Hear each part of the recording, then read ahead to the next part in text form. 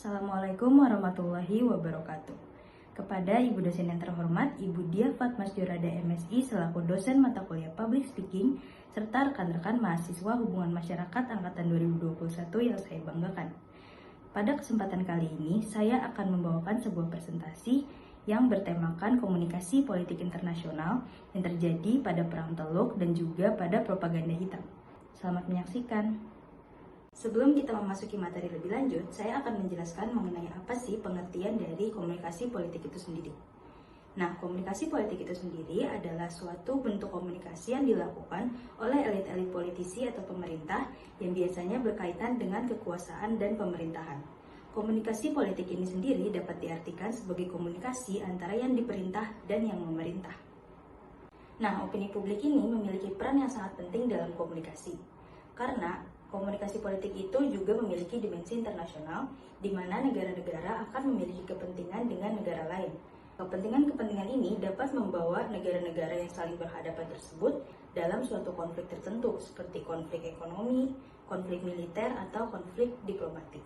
Dalam mengatasi konflik-konflik tersebut, pemerintah tidak hanya menggunakan instrumen-instrumen konvensional seperti militer ataupun tekanan ekonomi, namun juga dengan menggunakan opini publik. Sebelum era komunikasi massa, hubungan antar negara itu biasanya dilakukan secara rahasia atau tertutup. Masyarakat yang datang dari golongan-golongan elit yang terdidik dapat membaca mengenai pemberitaan-pemberitaan negara mereka melalui media surat kabar. Namun, untuk rakyat biasa, biasanya mereka tidak mengetahui tentang pemerintahan yang terjadi di negara mereka tersebut. Nah, dalam era itu juga, hubungan internasional itu dilakukan dengan mempertimbangkan opini-opini publik. Teknologi sudah semakin canggih, jadi jarak antara suatu peristiwa dan reportase yang dilakukan oleh para jurnalis itu sangat singkat dan tidak bisa dihindari. Oleh sebab itu, kebijakan luar negeri yang dilaksanakan oleh suatu negara dapat disorot dengan penuh publisitas. Pemerintah menggunakan kesempatan ini untuk mempengaruhi media-media dalam mempengaruhi opini publik mengenai suatu kebijakan yang sifatnya memberi keuntungan terhadap pemerintahan tersebut. Hal ini karena citra yang baik di mata publik dapat memegang kunci dalam keberlangsungan politik yang berhasil.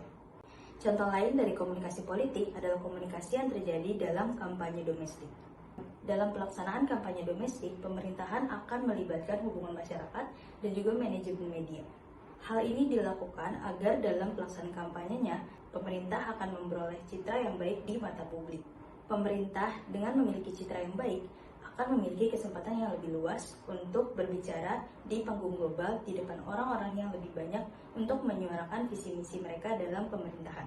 Dapat disimpulkan bahwa opini publik memiliki peran yang sangat penting dalam pelaksanaan komunikasi politik. Salah satu contoh lain dari bentuk komunikasi politik adalah dalam peperangan, yaitu Perang Teluk yang terjadi pada tahun 1990 sampai 1991. Di mana perang ini merupakan perang yang melibatkan banyak sekali pihak, memakan banyak sekali korban, dan juga menggunakan beberapa manuver militer terbesar dalam sejarahnya. Perang ini menerima perhatian internasional dalam skala yang besar karena memiliki dampak yang besar pada perekonomian global dan keseimbangan kekuasaan di daerah Timur Tengah. Dalam Perang Teluk itu sendiri, Inggris dan Amerika Serikat membuat kebijakan untuk membatasi jurnalistik dari mendatangi area-area tertentu dan mengontrol gambar-gambar yang muncul ke publik.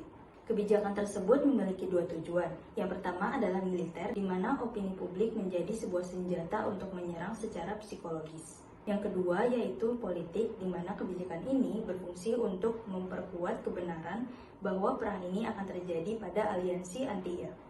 Nah, ada beberapa faktor yang menyebabkan Perang Teluk ini dapat tersebar luas di masyarakat.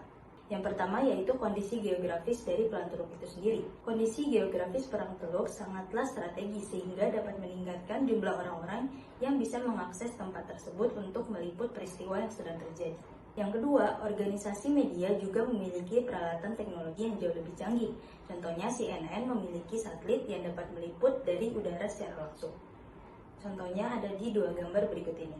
Kemudahan wartawan dalam mengakses tempat-tempat terjadinya peperangan membuat sekutu mencoba dengan segala cara untuk menghentikan mereka dari meliput apa yang sedang terjadi. Sedangkan koalisi anti-Hussein tidak memprioritaskan untuk menghentikan media dari meliput apa yang sedang terjadi, asalkan berita yang mereka sampaikan masih menguntungkan bagi sekutu dan koalisi anti-Hussein tersebut.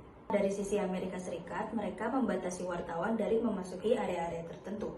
Sebanyak 150 perwira publik yang merupakan anggota dari militer Amerika Serikat ditugaskan untuk menggiring para wartawan menuju area yang mereka inginkan dan menjauhkan mereka dari area-area sensitif yang mana jika wartawan mendatangi area-area tersebut dapat membawa kerugian bagi sekutu.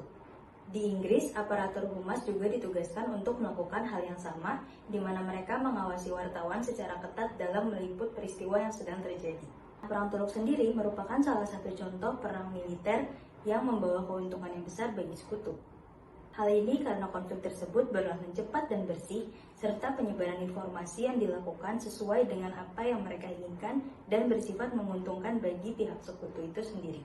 Di pengasingannya, pemerintah Kuwait terlibat dalam hubungan masyarakat yang biasanya dilakukan pada masa perang yang disebut sebagai propaganda hitam. Pasukan Hussein yang berada di Kuwait secara terus-menerus menyiksa warga sipil dengan harapan bahwa opini publik yang ada di Amerika Serikat dapat terpecah belah dan menyebabkan ketidakpastian dari politik domestik di Amerika Serikat tersebut.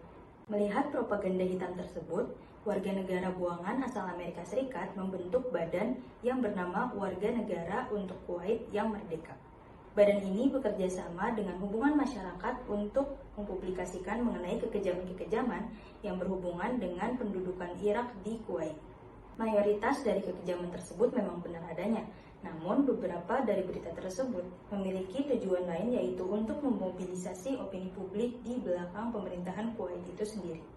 Dari pemaparan materi mengenai Perang Teluk dan juga propaganda hitam, dapat ditarik kesimpulan bahwa teknologi komunikasi yang baru dan bersifat lebih canggih, serta hubungan masyarakat yang lebih kompeten akan meningkatkan peran dari manajemen media. Hal ini dapat dilihat dari bagaimana di Perang Teluk, komunikasi yang ditransmisikan di media dapat memberi konsekuensi yang nyata terhadap politik dan militer dalam peperangan tersebut. Jadi pada intinya, komunikasi sangat berperan penting dalam politik pemerintahan, karena opini publik dapat mempengaruhi citra yang dibentuk oleh suatu pemerintahan, dan juga dapat mempengaruhi sukses atau tidaknya strategi yang dilakukan dalam melakukan peperangan, baik secara politik ataupun militer. Sekian yang bisa saya sampaikan mengenai komunikasi politik internasional, khususnya di Perang Teluk dan juga di propaganda hitam. Semoga apa yang saya sampaikan dapat menjadi manfaat bagi semua yang menonton. Terima kasih dan semoga sehat selalu.